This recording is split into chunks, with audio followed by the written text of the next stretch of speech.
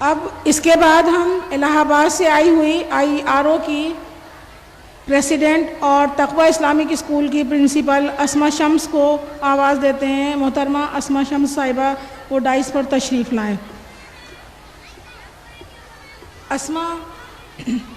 اسما شمس صاحبہ سے ہم لوگ پچھلے چار سالوں سے مستفید ہو رہے ہیں.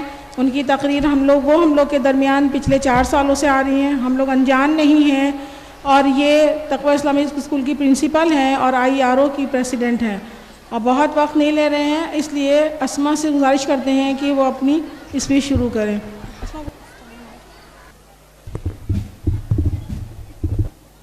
الحمدللہ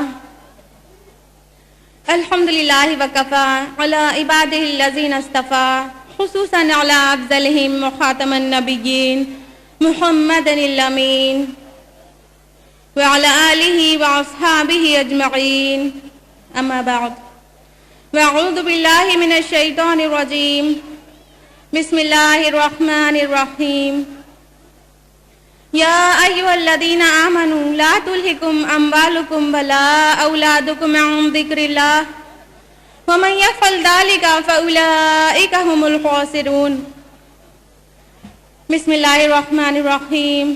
رب اشرح لی صدری ویسر لی امری واحلل عقدۃ من لسانی یفقہوا قولی. فلاح امت گرلز ڈگری کالج کی پرنسپل صاحبہ، فلاح المومنات کی پرنسپل صاحبہ، فلاح امت اور فلاح مومنات کی معزز اساتذہ، میری معزز بزرگوں اور عزیز بہنوں، آپ سبھی کا خیر مقدم ہے اسلامی طریقے سے. السلام علیکم ورحمۃ اللہ وبرکاتہ. سب سے پہلے تو اللہ سبحانہ و تعالیٰ کا شکر ادا کرنا چاہوں گی کہ اللہ تعالیٰ نے بار بار آپ کے درمیان آنے کا موقع دیا اور اب تو یہ بھدوئی اپنا سا لگنے لگا ہے اور فلاح امت اور فلاح المومنات بالکل اپنا گھر آنگن لگتا ہے اور آپ بہنوں سے ایک مضبوط رشتہ جڑ چکا ہے. الحمدللہ الحمدللہ. جیسا کہ آپ کے علم میں ہے، میری آج کی اس گفتگو کا موضوع ہے نفاق ایک بیماری، علامتیں و علاج. نفاق عربی زبان کے لفظ نفقہ سے بنا ہے، نون فا قاف سے، جس کا مطلب ہوتا ہے گزر کر پار ہو جانا. نفقن سرنگ کو بھی کہتے ہیں کیونکہ اس میں 2 راستے ہوتے ہیں، ایک سے داخل ہوا جاتا ہے اور دوسرے سے نکلا جاتا ہے. نافقہ گوہ کے بل کو کہتے ہیں، ایسا چوہا جو اپنا بل ایسا بناتا ہے جس میں 2 راستے ہوتے ہیں، ایک سے داخل ہوتا ہے اور خطرے کی آہٹ پاتے دوسرے سے نکل جاتا ہے. نیفے کو کہا جاتا ہے، پاجامے کے نیفے کو، اس کا بھی وہی حال ہوتا ہے، کمر بند ایک طرف سے داخل ہوتا ہے اور دوسری طرف سے نکلتا ہے. تو نفاق کا جو معنی ہے وہ یہ کہ دوہری چیز، ایسی چیز جو 2 منہ رکھتی ہو.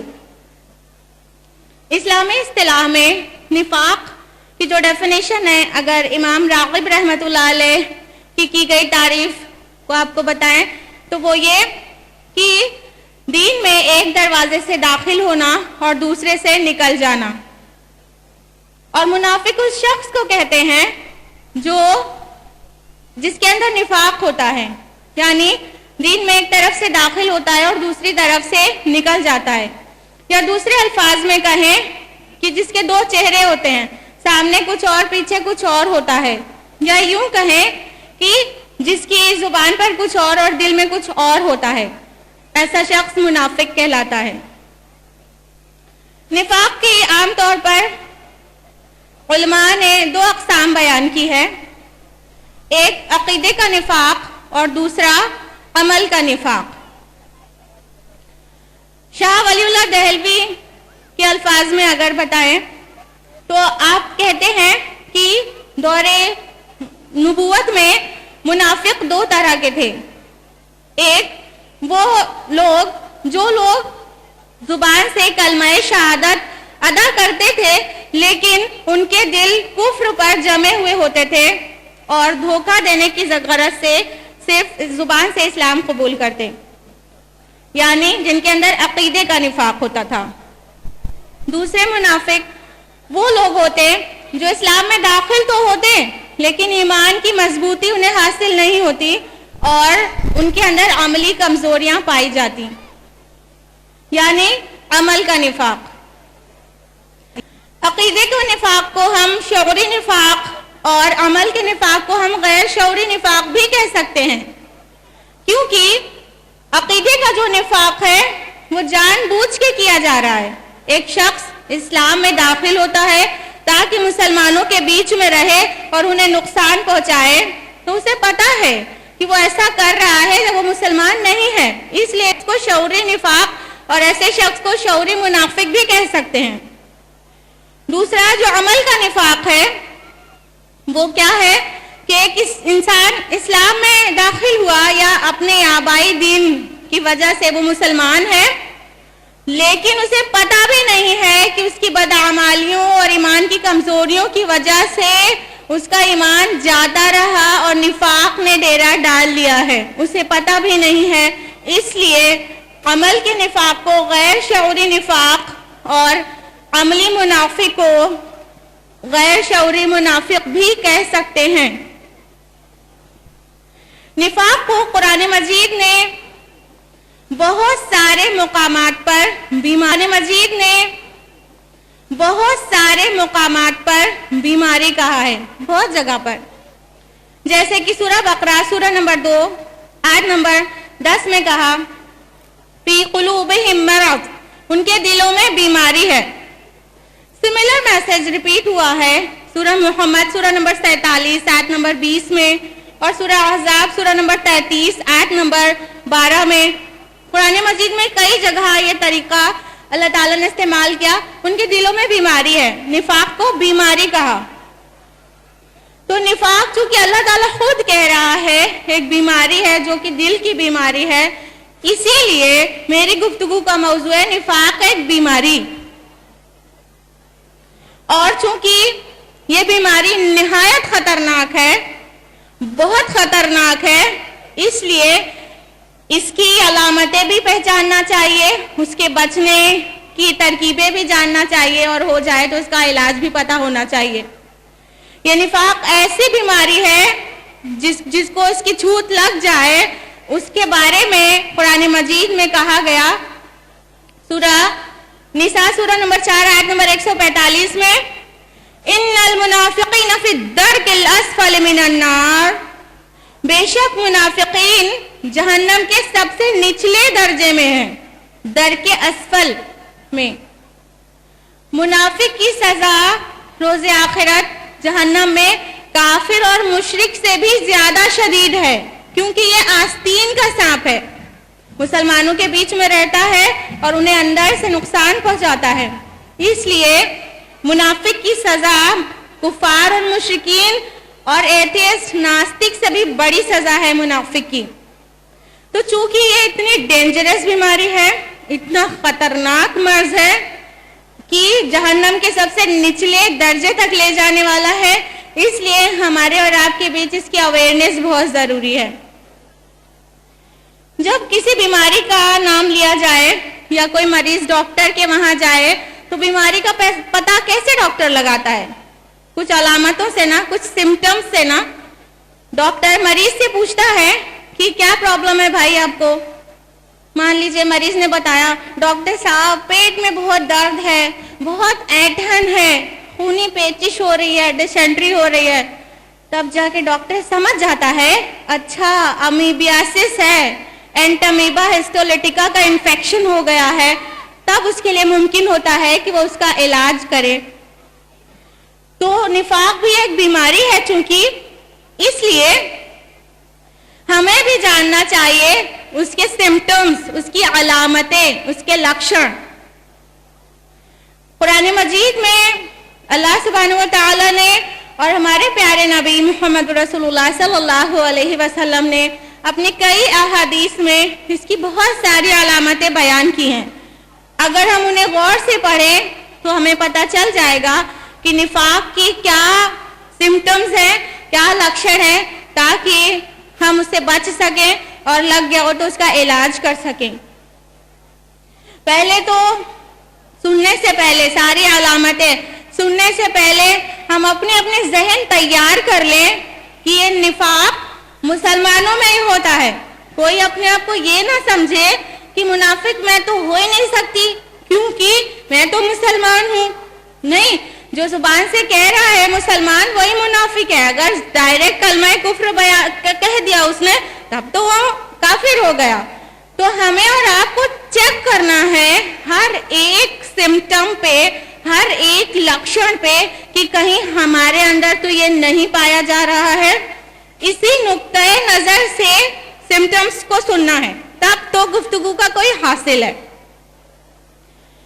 نفاق کا جو سب سے پہلی علامت ہے وہ ہے جھوٹ بولنا۔ جھوٹ نفاق کی علامت ہے۔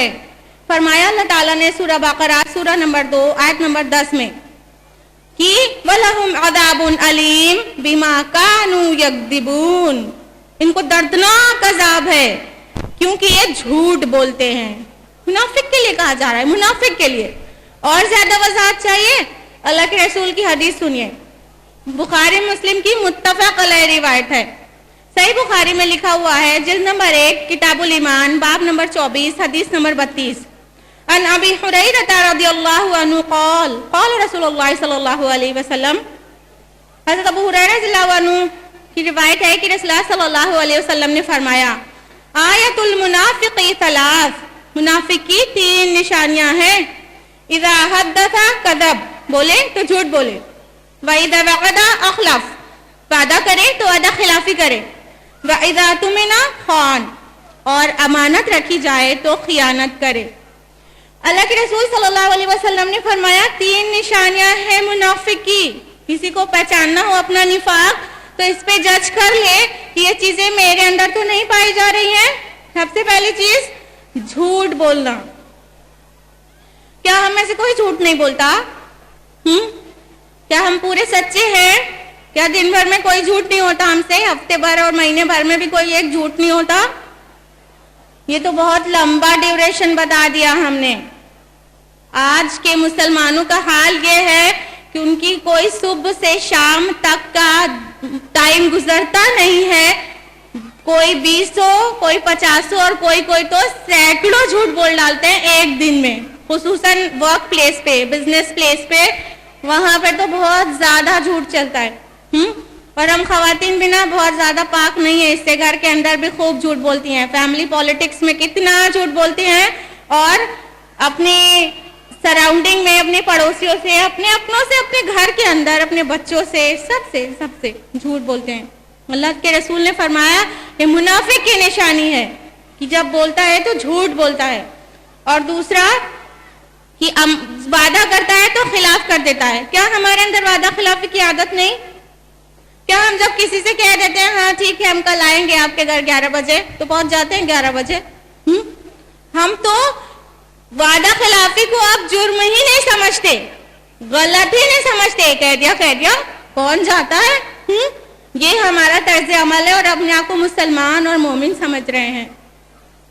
اور امانت میں خیانت کرنا، امانت داری کی وضاحت کا بھی موقع نہیں ہے، لیکن جو بھی آپ کی نظر میں اس کی ڈیفینیشن ہے، کیا امانت داری پوری ہے ہماری اور آپ کی؟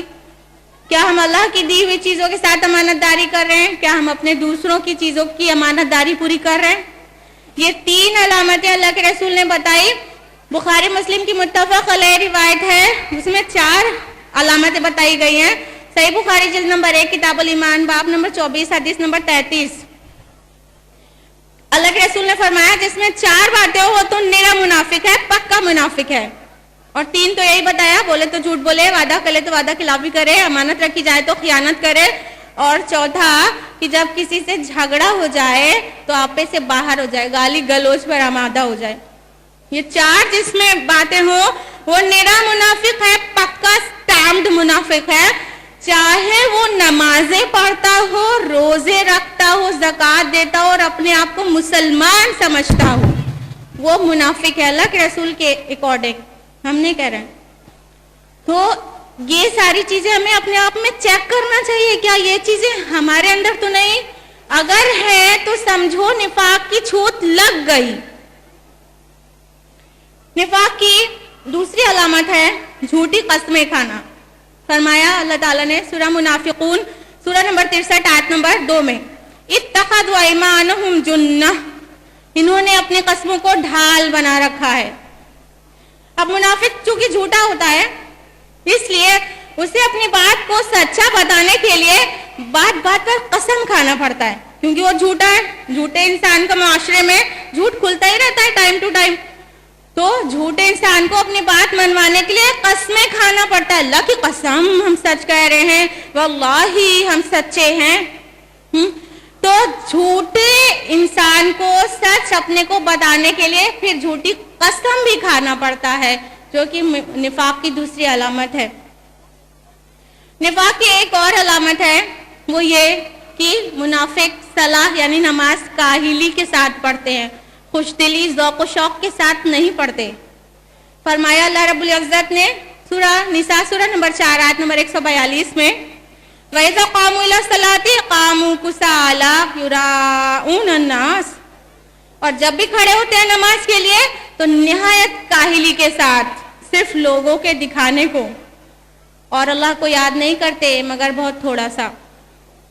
منافق کے بارے میں کہا گیا کہ نماز پڑھتا ہے لیکن کاہلی کے ساتھ پڑھتا ہے، خوش دلی کے ساتھ نہیں پڑھتا۔ نماز کو کہا گیا صلاۃ المعراج المؤمنین، صلاۃ المؤمنین کے لیے معراج ہے، تو مومن معراج پانے کے لیے کتنی شوق سے اللہ کے حضور کھڑا ہوگا، کتنے ذوق و شوق سے کھڑا ہوگا۔ تو مومن کی نماز تو ایسی ہوتی ہے کہ وہ ایک نماز پوری کرنے کے بعد دوسری کا انتظار کرنے لگتا ہے، لیکن نماز میں جس کو کاہلی ہوتی ہے تو سمجھ لو اس کو نفاق کی چھوت لگ رہی ہے کہ ابھی پڑھ لیں گے، ابھی اٹھیں گے، ابھی پڑھ لیں گے، ابھی تو بہت ٹائم باقی ہے۔ کسمسا رہے، جب بالکل دیر ہونے لگی تب اٹھے اور 2 ٹھونگے مار لیا مرغے کی طرح۔ یہ منافق کی نماز ہوتی ہے، جو بالکل وقت نکلنے کے ٹائم کسمساتے ہوئے پڑھا جائے۔ نماز تو پڑھنا ہی، جو اپنے کو مسلمان کہتا ہے نماز تو پڑھنا ہی پڑھنا ہے، لیکن شوق سے پڑھ رہا ہے تو مومن، اور اگر کسمسا کے بڑی کاہلی کے ساتھ پڑھتا ہے تو ایکچولی نفاق کی بیماری اس تک پہنچ چکی ہے۔ اور وضاحت چاہیے تو صحیح مسلم کی حدیث پڑھیے، صحیح مسلم جلد نمبر 1 کتاب المساجد صفحہ نمبر 186۔ اللہ کے رسول نے فرمایا منافق پر فجر اور عشاء کی نماز سب سے بھاری ہے۔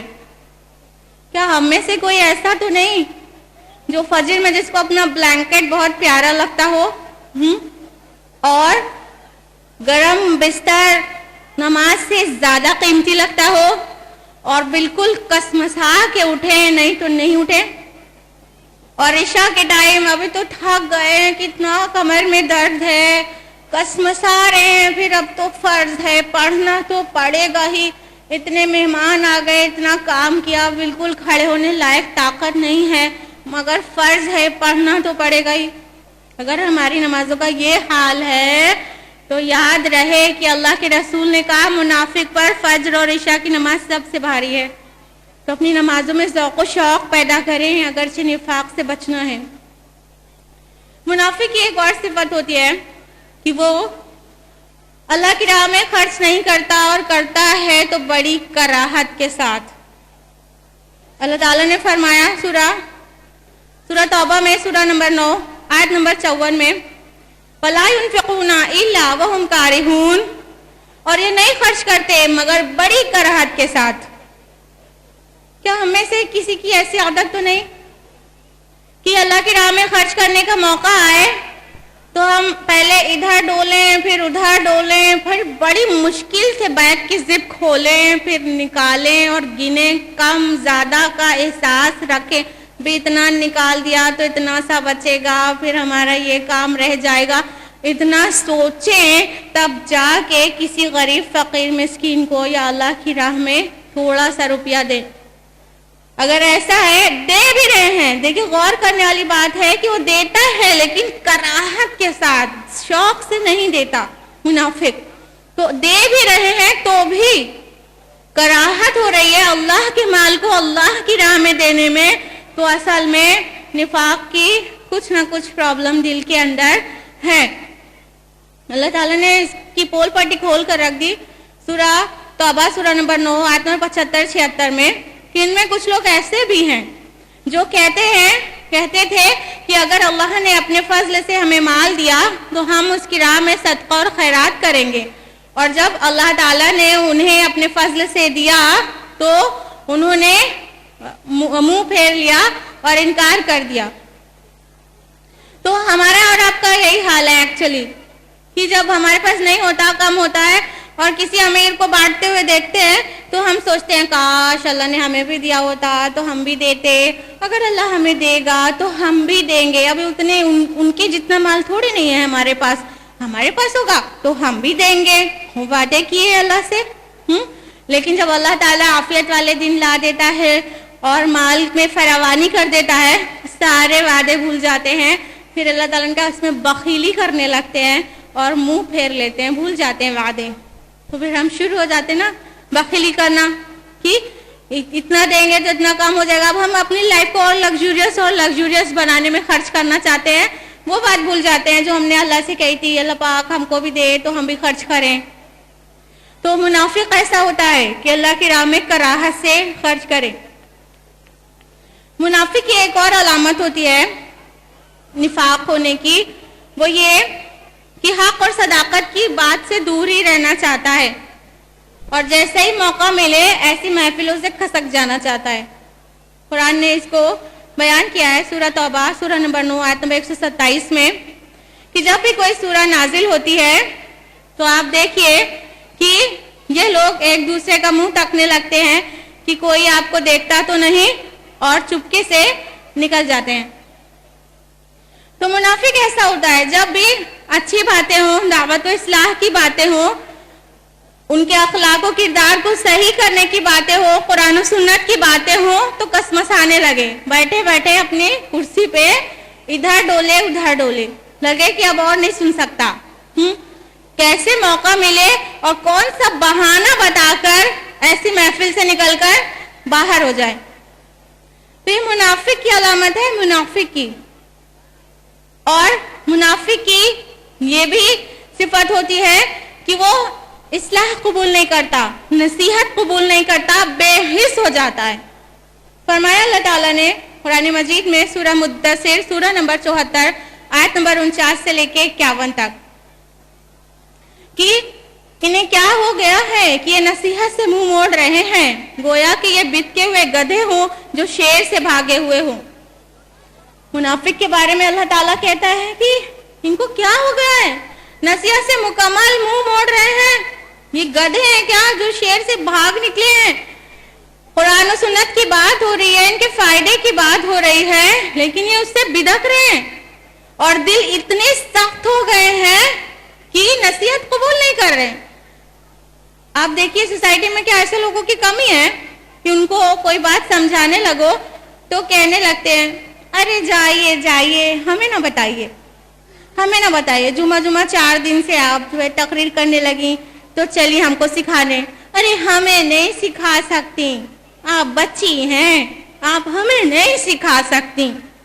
یعنی جو باطل جم گیا ہے وہ اتنا مضبوط ہو گیا ہے کہ اب حق اور صداقت والی باتیں اور نصیحت قبول کرنے کی گنجائش ختم کر دی گویا کہ اب ہمیں کوئی نہیں سمجھا سکتا، ہم جیسے ہیں بیسٹ ہیں، اب ہمیں نہ سمجھاؤ. یعنی دل سخت ہو جاتا ہے منافق کا، نصیحت قبول نہیں کرتا. تو ہم ایسے نہ بنے. نفاق کی ایک اور علامت، ایک اور سمٹم یہ ہوتا ہے کہ جب بھی مصیبت کا وقت آئے، جب بھی پریشانی پڑے، جب بھی خطرات آئے تو بالکل بے ہراس، نا امید ہو جاتا ہے. اور مومن اس کا بالکل برعکس ہوتا ہے. فرمایا اللہ تعالیٰ نے قرآن مجید میں سورہ احزاب سورہ نمبر 33 آیت نمبر 10 سے 12 میں جب دشمن آپ کے اوپر سے اور نیچے سے چڑھ آئے اور آنکھیں پترا گئی اور کلیجے منہ کو آ گئے اور آپ اللہ کے لیے طرح طرح کے گمان کرنے لگے اور مومن یہیں پر آزمائے گئے اور ہلا دیے گئے، جھنجھوڑ دیے گئے، اور منافق جن کے دلوں میں روک تھا وہ کہنے لگے کہ اللہ اور اس کے رسول کا جو وعدہ تھا سب جھوٹا تھا۔ تو یہ صفت منافق کی ہوتی ہے، یہ نفاق کی علامت ہے کہ جب مصیبت پڑے یا خطرہ پڑے تو بالکل گھبرا جائے، ہاتھ پیر چھوڑ دے اور نا امید ہو جائے، مایوس ہو جائے، ٹوٹ جائے اور عجیب کفریہ باتیں کرنے لگے۔ کیا ہم ایسے لوگوں سے نہیں ملتے کہ جب کسی کے گھر میں کوئی شدید بیمار ہو جائے کہ اس کی بچنے کی کوئی امید نہ رہے یا تو کوئی فوت ہی ہو جائے، تو ایسے وقت میں کوئی بھی تسلی دے، کوئی سمجھائے کہ صبر سے کام لو، اللہ تعالیٰ سننے والا ہے۔ نہیں، اللہ تعالیٰ کہاں سننے والا ہے؟ اس نے کیا سنا ہماری، کیا دیا اس نے ہم کو؟ تو اس طرح کی کفریہ باتیں منہ سے نکلنے لگتی ہیں اور بالکل مایوس ہو جاتا ہے اللہ کی رحمت سے۔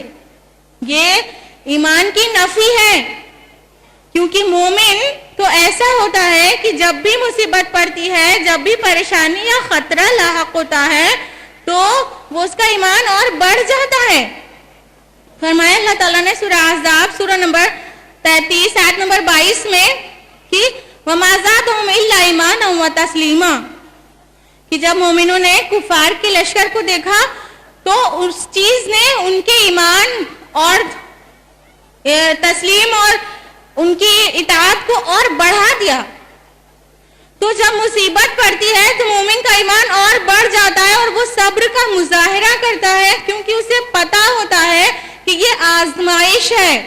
قرآن مجید میں اللہ تعالیٰ نے بارہا اس طرح کی آیات نازل کی ہے کہ وہ آزمائے گا ضرور۔ مثال کے طور پر سورہ بقرہ سورہ نمبر 2 آیت نمبر 155 میں فرمایا وَلَنَبْلُوَنَّكُمْ بِشَيْءٍ مِّنَ الْخَوْفِ وَالْجُوعِ وَنَقْصٍ مِّنَ الْأَمْوَالِ وَالْأَنفُسِ وَالثَّمَرَاتِ وَبَشِّرِ الصَّابِرِينَ، اور ہم کسی نہ کسی چیز سے آپ کی آزمائش ضرور کریں گے، کبھی خوف سے، دشمن کے خوف سے، کبھی بھوک سے، کبھی جان اور مال اور پھلوں کی کمی سے، اور مومنوں کو، صبر کرنے والوں کو خوشخبری سنا دیجئے۔ اللہ تعالیٰ نے واضح کر دیا قرآن مجید میں کہ وہ آزمائے گا ہم کو بھوک سے، ڈر سے، پریشانی سے، شدت سے، مصائب سے، اور ایسے وقت میں مومن جھنجھوڑ دیا جاتا ہے اور اس کے بعد بھی وہ صبر سے کام لیتا ہے۔ ہر مصیبت میں صبر کا ایک پہاڑ نظر آتا ہے، اس قدر استقامت مومن کے اندر آ جاتی ہے، اور جو بکھر جاتا ہے نا اصل میں وہ منافق ہوتا ہے۔ اس کے پاس ایمان کی طاقت نہیں ہوتی اس لیے بکھر جاتا ہے، اس کے پاس نفاق کی بیماری ہوتی ہے اس لیے وہ تھم نہیں پاتا اور عجیب اول فول بکنے لگتا ہے کہ اللہ ہماری کہاں سنتا ہے، اللہ کے وعدے جھوٹے ہیں، اس نے ہمیں کچھ نہیں دیا۔ اس طرح کفر کی باتیں اس کے منہ سے نکلنے لگتی ہے۔ ہم اپنے آپ کو چیک کر رہے ہیں کہ جب ہم مصیبت میں ہوتے ہیں تب ہمارا طرز عمل کیا ہوتا ہے، یہ والا تو نہیں ہوتا۔ منافق ایک کام اور کرتا ہے، وہ یہ کہ اللہ اور رسول سے فیصلے کرانے کے بجائے اپنے فیصلے طاغوت کے پاس لے جاتا ہے، غیر اللہ کے پاس لے جاتا ہے۔ لکھا ہوا ہے سورہ نساء سورہ نمبر 4 آیت نمبر 60 میں کہ اور ان میں وہ لوگ بھی ہیں جو زبان سے تو یہ کہتے ہیں کہ ہم آپ پر اور آپ سے پہلے جو کچھ نازل کیا گیا اس پر ایمان لے آئے، لیکن اپنے فیصلے کروانے کے لیے طاغوت کے پاس لے جانا چاہتے ہیں، حالانکہ ان سے کہا گیا تھا کہ طاغوت کا انکار کریں۔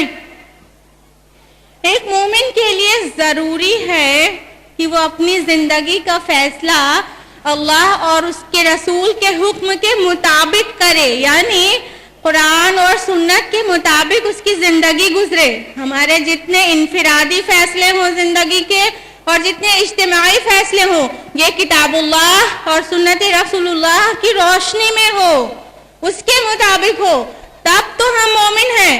لیکن اگر ہم اپنے معاملات اپنی پرابلمز سالو کرانے غیر اللہ کے پاس لے جاتے ہیں اور قرآن کے خلاف اسے سالو کرواتے ہیں اور ان کے فیصلے کو خوش دلی سے تسلیم کر لیتے ہیں، تو اصل میں یہ نفاق کی علامت ہے۔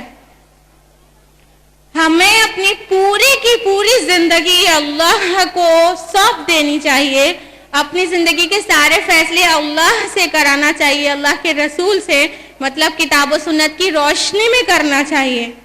مگر ہم انفرادی سے لے کے اجتماعی سطح تک اللہ کے حکم کو پامال کیے ہوئے ہیں، پسے پشت ڈالے ہوئے ہیں اور زندگی گزار رہے ہیں غیر اللہ کے فیصلوں، غیر اللہ کے قوانین کے زیر سایہ۔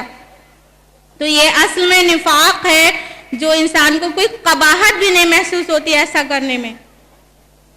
منافق یہ بھی کرتا ہے کہ رواج کو شریعت پر ترجیح دیتا ہے، جو خاندانی رسومات ہے اس کے اکارڈنگ زندگی گزارے گا، نہ کہ اللہ اور اس کے رسول کے قانون کے مطابق، قانون شریعت کے مطابق۔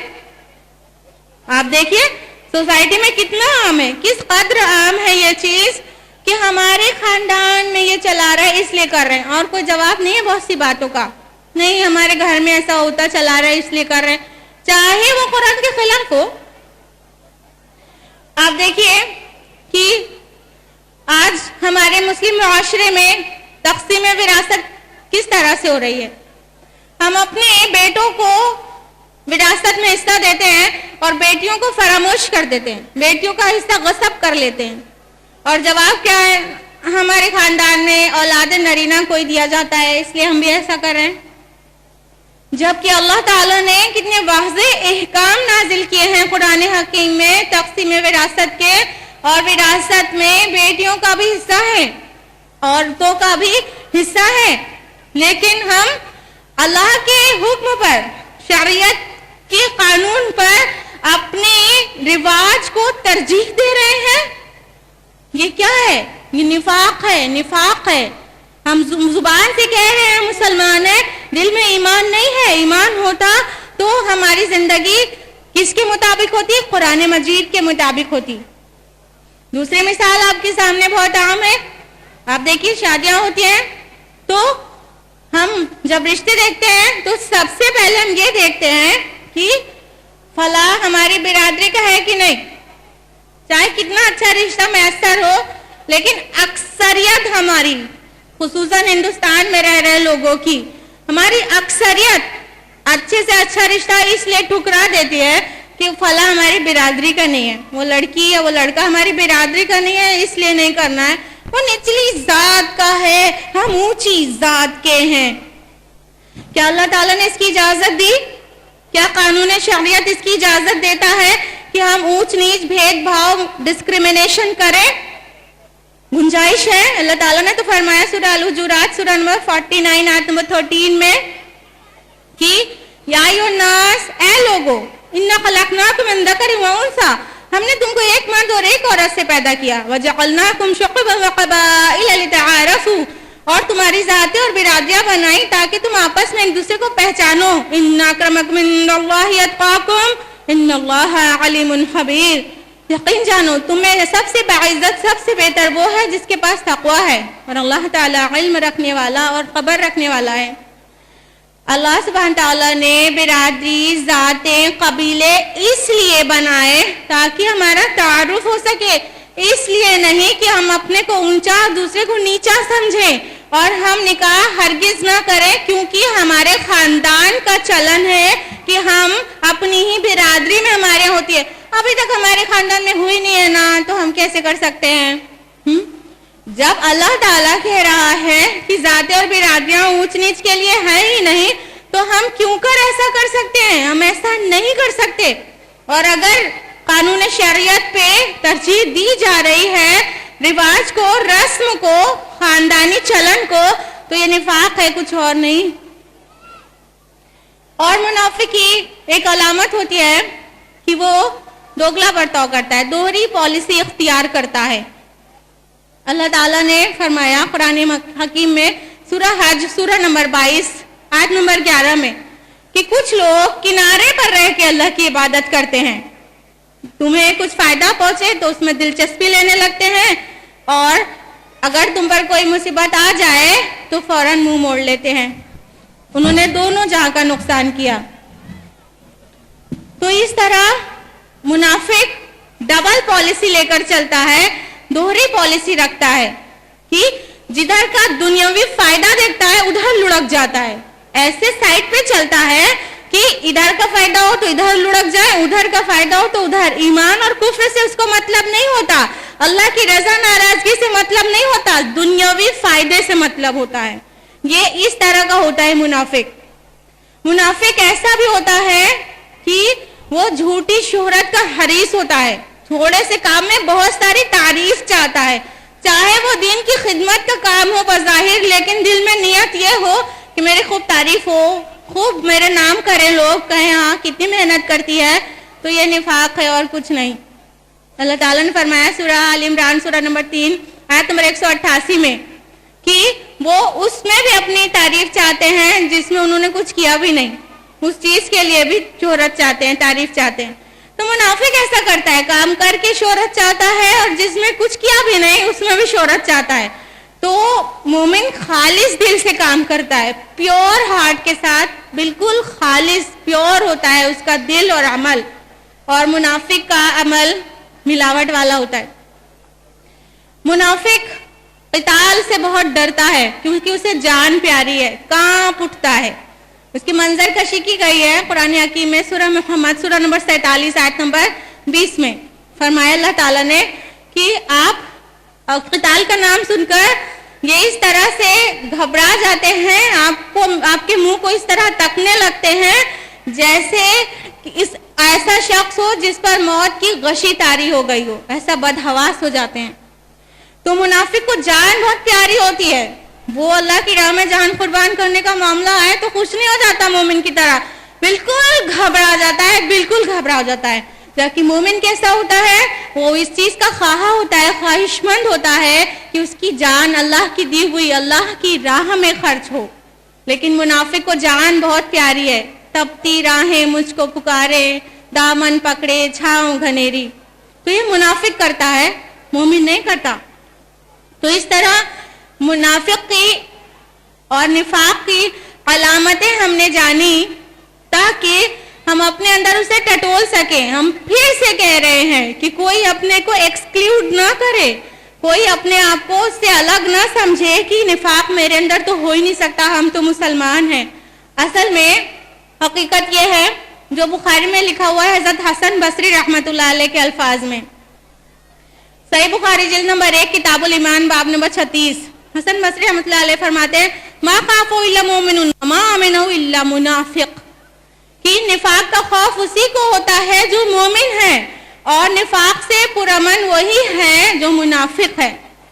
یعنی جس کے پاس ایمان ہوگا وہ اس بات سے ہمیشہ ڈرتا رہے گا کہ کہیں میرا ایمان ضائع نہ ہو جائے, کہیں نفاق کی چھوٹ مجھے نہ لگ جائے, وہ ہمیشہ اس بات سے ڈرا ہوا رہے گا. اور جو اس بات سے نہیں ڈرے گا, نفاق سے نہیں ڈرے گا, اصل میں وہ منافق ہے, کیونکہ اس کے پاس نہ ایمان ہے نہ اسے ایمان کا ڈر ہے. ایمان ضائع ہونے کا ڈر کہاں سے آئے گا جب ایمان ہی نہیں ہوگا. رہا کھٹکا نہ چوری کا, دعا دیتا ہوں رہزن کو. جب خوب سارا مال ہوگا تو سفر میں نیند نہیں آئے گی, لیکن اگر وہ لوٹ جائے, کوئی رہزن اسے لوٹ لے, تو اب تو پیر پسار کے سفر میں سوئے گا, اب تو کچھ بچا ہی نہیں جو لوٹے گا. تو جب ایمان کی دولت ہوگی تب نفاق کا ڈر ہوگا. ایمان کی دولت ہی نہیں تو نفاق کا ڈر کا کوئی سوال ہی نہیں ہوتا. یہ تھی نفاق کی علامتیں. اب چونکہ اس کو بیماری کہا گیا ہے تو یہ بہت انفیئر ہوگا کہ اگر ہم آپ کو اس کا علاج نہ بتائیں. بیماری تو کہا, علامتیں بھی بتایا, لکشن بتا دیا, سمٹمس آف ہپوکریسی, لیکن اس کا علاج نہ بتائیں تو بڑی ناانصافی والی بات ہو جائے گی نا. بالکل انشاءاللہ آپ کو علاج بتائیں گے, اور وہ بھی قرآن کی روشنی میں. اگر آپ سورہ منافقون پڑھیں قرآن مجید کی سورہ نمبر 63, تو اس کا جو دوسرا رکوع ہے وہ نفاق کا علاج ہے. پہلے رکوع میں نفاق کی باتیں اور دوسرے رکوع میں اس کا علاج بیان کیا گیا ہے. جس طرح میڈیکل سائنس دو طرح کے علاج رکھتی ہے, ایک پریونٹیو ٹریٹمنٹ, دوسرا کیوریٹیو ٹریٹمنٹ. پریونٹیو ٹریٹمنٹ مطلب کہ بیماری سے بچاؤ,